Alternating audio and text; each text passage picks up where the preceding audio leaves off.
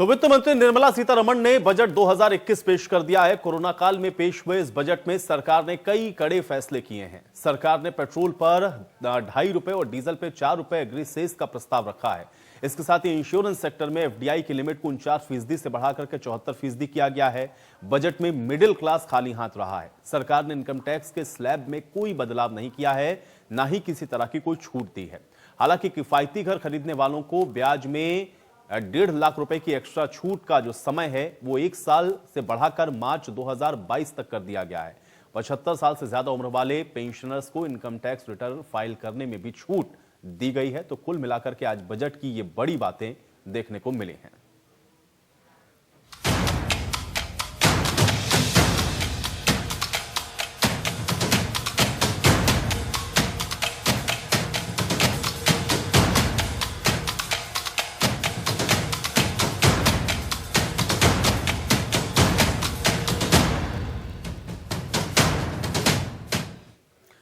तो वित्त मंत्री निर्मला सीतारमण ने लोकसभा में बजट 2021-22 को पेश किया और सीतारमण ने स्वास्थ्य क्षेत्र को 2.24 लाख करोड़ रुपए दिए हैं। इसके साथ ही सरकार की ओर से कोरोना वैक्सीन के लिए 35,000 करोड़ का फंड दिया है और इस बजट में ग्रामीण विकास के लिए 40,000 करोड़ और किसानों के कर्ज के लिए 16.5 लाख करोड़ रुपए दिए गए हैं। बजट में स्वास्थ्य सेवा, बुनियादी ढांचे और रक्षा पर अधिक खर्च के माध्यम से आर्थिक सुधार को आगे अधिक बढ़ाने पर ध्यान दिया गया है। ये एक अंतरिम बजट समेत मोदी सरकार का नवा बजट है और ये बजट ऐसे समय में पेश हुआ है जब देश कोविड-19 के संकट से बाहर निकल रहा है।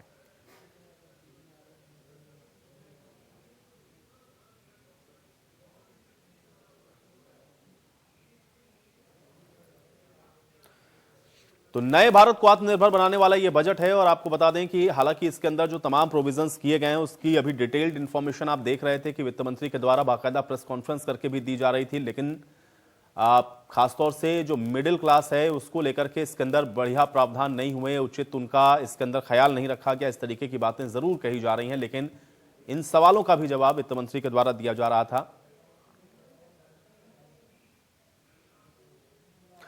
और चलिए बातचीत करते हैं। राम गोविंद चौधरी जी इस बीच हमारे साथ जुड़ रहे हैं, वरिष्ठ समाजवादी पार्टी के नेता हैं। राम गोविंद चौधरी जी, बहुत स्वागत है आपका इस चर्चा में। राम गोविंद चौधरी जी, कैसे देख रहे हैं? एक तरफ तो देखिए कोरोना काल से पूरा देश जूझ रहा था और इस देश को बड़ी उम्मीदें थी इस बजट से। ये जो बजट पेश किया गया है, इस बजट को आप कैसे देखेंगे और क्या लग रहा है कि वाकई में जो उम्मीदें की जा रही थी वो पूरी हुई हैं इस बजट के माध्यम से?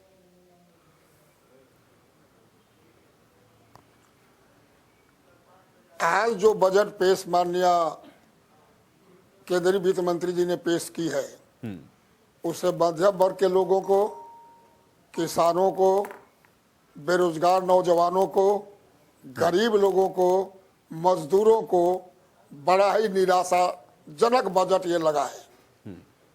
ये बजट केवल कारपोरेट घरानों को मजबूत बनाने के लिए ही लाया गया है और ऐसा लग भी रहा है। लेकिन राम गोविंद चौधरी जी, क्योंकि इसके अंदर तो बार बार सरकार की तरफ से यह कहा जा रहा है कि इसमें खासतौर से चाहे किसानों की आय को दोगुनी करने की बात हो या इंफ्रास्ट्रक्चर को बढ़ावा देने की बात हो, एमएसएमईज की बात हो, इन सब के लिए इसके अंदर प्रोविजन किया गया और उसके लिए बाकायदा वित्त मंत्री भी बता भी रहे थे कि इन बजट के अंदर इस तरीके से हमने एलोकेशंस किए हैं। क्या आपको लग रहा है कि वाकई में ये जो बातें बताई जा रही हैं इसका जो इम्पैक्ट है वो दिखेगा निकट भविष्य में, या आपको लग रहा है कि हवाई बातों के तौर पर जैसे विपक्ष हमेशा कहता है वैसा ही नजर आया कुछ? ये सारी बात हवाई में है। ये दुगुना किसानों की आय करने की बात 14 से चल रही है और किसान दिन पर दिन गरीब होता जा रहा है। डीजल का दाम बढ़ गया, बिजली का दाम बढ़ गया, खाद में यूरिया की बोरी में 5 किलो कम कर दिया गया। किसानों के जो खेत में उसके औरत, बेटा, बेटी स्वयं काम करता है उसको जोड़ा नहीं जाता। तो आज तक तो दूना हुआ नहीं, एमएसपी 1.5 गुना करने की बात हुई है। 1% भी आदमी एमएसपी पर कर केंद्र में अपना धान नहीं बेच पाया है। 99% लोगों का धान 9 रुपया, 10 रुपया, 11 रुपया पर बिचौलियों ने खरीदा है। तो ये जो बजट है ये केवल किसानों को, गरीब को, मध्यम वर्ग के लोगों को, मजदूर को, आप बेरोजगार नौजवानों को लालीपाप दिखाने के लिए क्योंकि माननीय प्रधानमंत्री जी ने भी, चाहे बजट में भी भारत को आत्मनिर्भर करने की बात कही गई है। जब सारी सार्वजनिक उपक्रम बेच दिए जाएंगे, प्राइवेट हाथों में दे दिए जाएंगे, बीमा कंपनियों में 75% से अधिक विदेशी कंपनियों का हिस्सेदारी दे दिया गया, तो आज जब सरकार का किसी चीज पर कंट्रोल नहीं रहेगा, रेल 2-2 ट्रेनें चलाने की प्राइवेट लोग अनुमति दे दी गई, तो जनता अपने आत्मनिर्भर हो जाएगी। सरकार से कोई उसको लाभ ही नहीं मिलेगा, ना सरकार का कोई कंट्रोल रह जाएगा। कंट्रोल तो कारपोरेट घरानों का हो जाएगा। जैसा ईस्ट इंडिया कंपनी व्यापार करने के नाम पर आई 300 वर्ष तक, वैसे ही हिंदुस्तान में कारपोरेट घरानों का राज आ जाएगा, सरकार का क्या रह जाएगा। बिल्कुल। लेकिन राम गोविंद चौधरी जी, इसमें एग्रीकल्चर इंफ्रास्ट्रक्चर जो फंड की बात कही गई है, और इसमें भी तकरीबन 45,000 करोड़ रुपए से ज्यादा का जो फंड है वो एलोकेट किया गया है, ताकि एग्रीकल्चर के अंदर जो बेसिक इंफ्रास्ट्रक्चर है उसको और मजबूत किया जा सके। और इसको भी जोड़ करके वित्त मंत्री कह रही थी कि इसी का जो लाभ है वो किसानों को मिलेगा और आय हम दोगुनी करने के प्रोसेस में है। क्या लग रहा है कि ये जो फंड इंफ्रास्ट्रक्चर को लेकर के एलोकेट किया गया, उसका फायदा सही मायने में एग्रीकल्चर को और या एग्रीकल्चर से जुड़े हुए लोगों को मिलेगा? वो जमीन पर उतरे तब तो। जैसे 14 के चुनाव में ही माननीय प्रधानमंत्री जी ने कहा था, आपको भी याद होगा जी, कि किसानों का संपूर्ण कर्जा माफ हम करेंगे। और उत्तर प्रदेश की बात ले लीजिए, तो यहाँ पर बजट में कर्जा माफ करने के लिए पैसा का भी प्रावधान किया गया, लेकिन 1.5% किसानों को 2,500, 2,000, 200 रुपया, 300 रुपया माफ हुआ, बकिया तो किसी का माफ आज तक नहीं हुआ। तो बजट में पैसे का लोकेट करना और उस पैसे को व्यक्ति के पास पहुंचना, दोनों में भारी अंतर है। तो आप मान रहे हैं कि ये जो योजनाएं या ये जो फंड दिया गया है ये पहुंचेगा नहीं, इसलिए आपको आशंका है अगर ये फंड सही तरीके से पहुंच जाए इंफ्रास्ट्रक्चर में या किसानों तक, तो इसका लाभ मिल सकता है? आशंका नहीं है, इसकी आशंका नहीं है, आशंका नहीं है। ये पूरी मैं गारंटी के साथ आपसे कहता हूं कि उत्तर प्रदेश की सरकार जब 17 में यहां बनी, उसके पहले भी उत्तर प्रदेश के किसानों का संपूर्ण कर्जा माफ करने की बात कही गई थी। और उत्तर प्रदेश के उस समय के वित्त मंत्री ने बजट में पैसे का प्रावधान भी किया, लेकिन कर्जा तो माफ हुआ नहीं। आप सर्वे करवा लीजिए कितने लोगों का कर्जा माफ हुआ। आपके पास सारी एजेंसियां, हर जिले में आपके लोग हैं, गाँव में जाकर किसानों से पूछ ले। बिल्कुल। लेकिन राम गोविंद चौधरी जी, पार्टी की जी सरकार, जी जी जी राम गोविंद चौधरी जी, एक चीज मैं जानना चाह रहा हूं, चूंकि इस समय किसान हम लोग देख रहे हैं कि लगातार विरोध कर रहा है और किसान बार बार इस बात को कह रहा है, और एक विरोध में जो सबसे बड़ी वजह थी वो मंडी सिस्टम को लेकर के भी थी, कि क्योंकि जो नया कानून आया है, किसान ये कह रहा है कि इससे मंडियां तबाह हो जाएंगी। आज वित्त मंत्री को अभी हम लोग सुन रहे थे, वो ये कह रहे हैं कि हम तो 1000 और नई मंडी बनाने वाले हैं, 5 नए फिशिंग हब हम बनाने वाले हैं। इसी से आप समझ लीजिए कि हमारी मंशा किसानों को और आगे बढ़ाने की है। क्या आपको लग रहा है कि 1000 नई मंडी बनाना या सारी डिजिटल 1000 नई मंडी की बात कर रहे थे, क्या इसका डिजिटल फायदा नहीं मंडियों होगा? की बात उन्होंने की, आपने सुना? डिजिटल मंडियों की बात कर रहे थे माननीय मंत्री जी। और जो 3 कृषि कानून आए हैं उसमें क्या प्राविधान है? वित्त मंत्री का भाषण कानून नहीं है। कानून तो जो पहले पास हुआ है लोकसभा में, उसमें तो मंडियों को हटाने की ही बात है, प्राइवेट मंडियों की ले आने की बात है।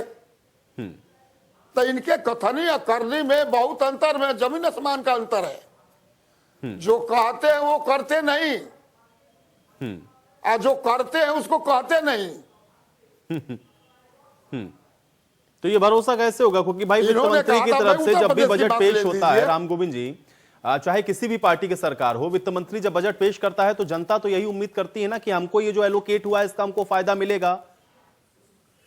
तो फिर अगर अच्छा भी हो और ये भरोसा ना हो कि नहीं ऐसा नहीं होगा, तो अब तो फिर कोई उम्मीद नहीं लगा सकता है।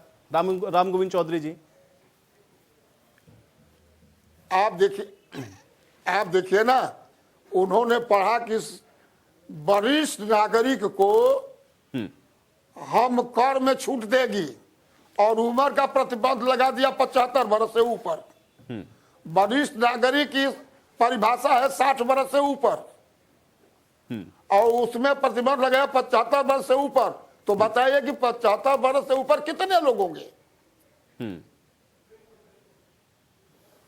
तो राम गोविंद इसी चौधरी तरह जी, से राम गोविंद चौधरी जी, ये क्या भारतीय होना जनता चाहिए आपको? पार्टी, क्या, क्योंकि कोरोना काल में जनता- बार बार सरकार कह रही थी कि देखिए, एक तो चूंकि उत्पादन नहीं था, किसी तरह से हमारा कोई आय का कोई सोर्स नहीं था, जो बेहतर हो सकता था वो हमने किया, और साथ ही साथ जो एक्सपर्ट्स हैं वो भी कुछ इसी बात को कह रहे थे कि इस समय इससे अच्छा बजट कैसे पेश किया जा सकता था। ये बात एक्सपर्ट्स के द्वारा भी कही गई। तो आपको लग रहा है कि ऐसी क्या चीजें हैं जो मिसिंग हो गई इसके अंदर? क्या होना चाहिए था जो मिस हुआ है? नहीं, कोरोना काल में भी कारखाना हम आप बंद, कोरोना काल में भी जो कारखाने बंद हुए, जो दुकानें बंद हुई, जिसमें लोग काम करते थे, वो तो इसी सरकार ने किया। दूसरा कोई विपक्ष तो मांग नहीं किया था, जनता ने नहीं मांग किया था। कई देशों में नहीं हुआ इस तरह से। लोग करोड़ों करोड़ों लोग बेरोजगार हो गए, उनकी रोजगार की बात ही कहां से ले आए? सारा श्रम कानूनों इन लोगों ने खत्म कर दिया, श्रम कानूनों को। तो ये तो बिल्कुल ये सरकार का मंशा है कारपोरेट घरानों को मजबूत बनाने के लिए। देखिए, मैं सीधा आपसे कहता हूं जी कि मोदी जी की सरकार भारत सरकार के रूप में विफल हो गई है। ये अडानी, अंबानी और इसी तरह के और कारपोरेट समूहों के एक तरह से कार्यकर्ता की तरह से काम कर रहे हैं। लोग आदमी से हर चीज छीन करके कारपोरेट घराने को दे करके उनको मजबूत कर रहे हैं। आज ही इनके बजट पेश हो रहा था, शेयर बाजार उछाल मार दिया, लोगों में खुशियां दौड़ गई। लेकिन मध्यम वर्ग के लोग, किसान, गरीब मजदूर, नौकरी पाने वाले लोग के तो आंख से आंसू आने लगे कि हमारे लिए तो कुछ हुआ ही नहीं। तो ये स्टेट जो गवर्नमेंट होती है वो गरीबों की रक्षा के लिए होती है, बेरोजगारों की रक्षा के लिए होती है, किसानों की रक्षा के लिए होती है, कारपोरेट घरानों की रक्षा के लिए नहीं होती। लेकिन ये सरकार केवल कारपोरेट घरानों को बढ़ाने में लगी हुई है। लेकिन राम गोविंद चौधरी जी, क्योंकि हम लोग लगातार वित्त मंत्री को सुन रहे हैं, वो ये कह रहे हैं कि देखिए, जब इन्वेस्टमेंट होगा और जब इन्वेस्टमेंट से मार्केट के अंदर बहुत सारी जो चीजें हैं वो आएंगी, या इन्वेस्टमेंट के जरिए फैक्ट्रीज, कंपनी या उत्पादन में अगर ग्रोथ होगी तो उसी से लोगों के जो जॉब्स हैं वो क्रिएट होंगे, और इसमें मिडिल क्लास जो है या मिडिल मैन जो है उसी को इसका जो है बेनिफिट है वो मिलेगा। तो इसके अलावा और क्या प्रोसेस हो सकता था? राम गोविंद चौधरी जी, बजट हम भी सुन रहे थे माननीय मंत्री जी का, आपकी कृपा से। बताइए कि 14 से आज तक कौन विदेशी कंपनियों ने भारत में निवेश किया है और किन किन बैंकों ने उनको लोन दिया है? मैं आप ही से जानना चाहता हूं। आप चौथे वर्ग के स्तंभ हैं, विद्वान आदमी है, बुद्धिजीवी वर्ग में आप लोग आते हैं कि 14 के बाद से आज तक हिंदुस्तान में कितनी विदेशी कंपनियों ने निवेश किया और किन किन बैंकों ने उनको लोन दिया कंपनी लगाने के लिए। उत्तर प्रदेश में 2-2 बार सबमिट हुआ। उत्तर प्रदेश में कितने कंपनियों ने निवेश किया, कितने बैंकों ने उनको लोन दिया? जब मैंने विधानसभा में पूछा, सरकार चुप थी। तो केवल कहने करने में बड़ा अंतर है। भारतीय जनता पार्टी की सरकार ये समझ लिया है कि हम जितने लोगों को भरमाएंगे, लोग हमारे पक्ष में आएंगे।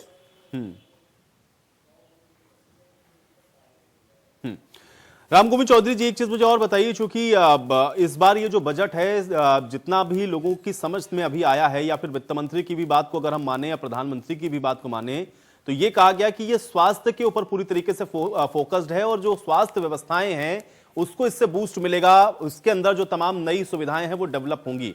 क्या लग रहा है कि जो एलोकेशन ज्यादा हुआ है स्वास्थ्य के इस बजट के अंदर, क्योंकि 137% ज्यादा है पिछली बार से, तो लग रहा है कि इसका फायदा होगा, कम से कम का स्वास्थ्य के लिहाज से ही देखें?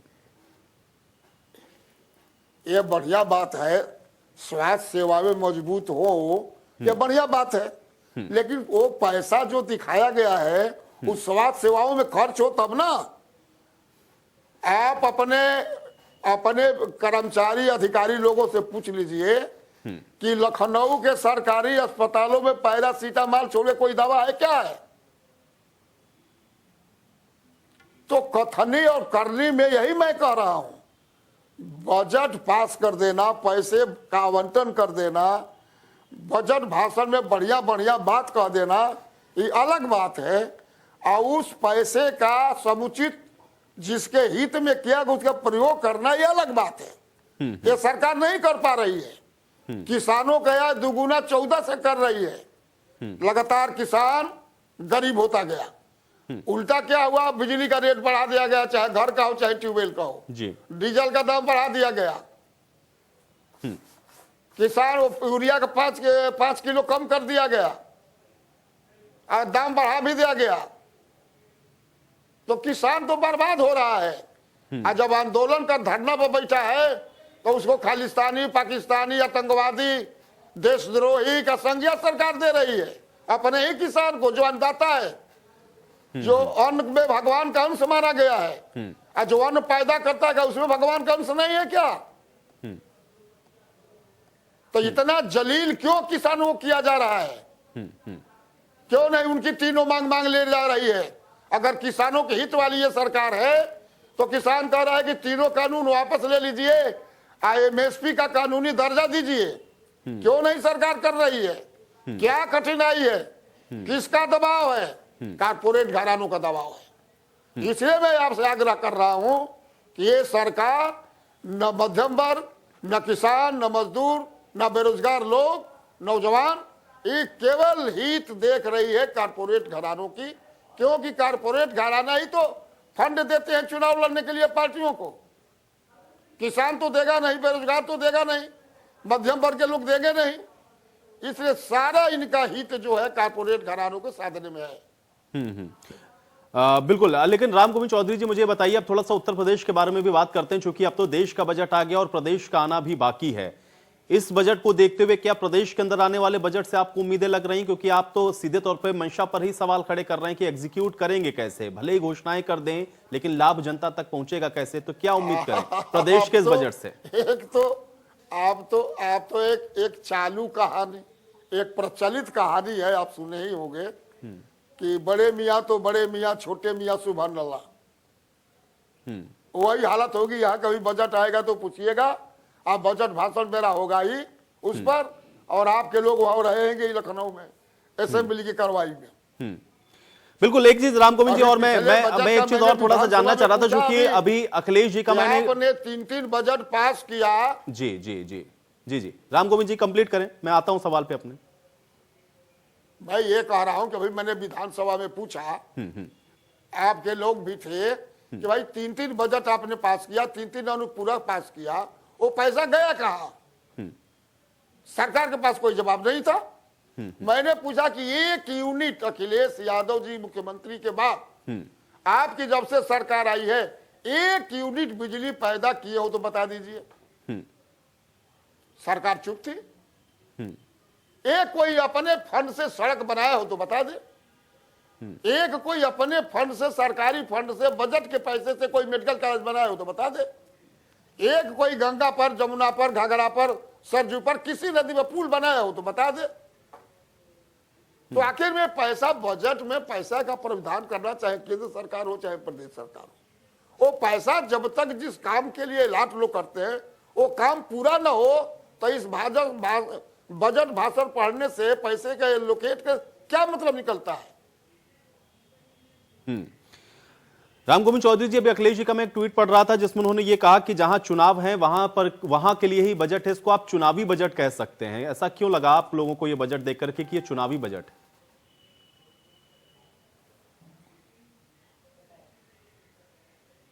जो बंगाल के लिए जो इन्होंने किया, तमिलनाडु के लिए, तो इससे तो ऐसा ही लग रहा।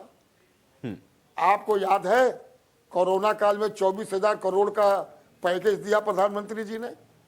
यही वित्त मंत्री माननीय जो आज बजट पढ़ रही थी, उन्होंने 1 हफ्ता तक एक विभाग का अलग अलग पढ़ती रही।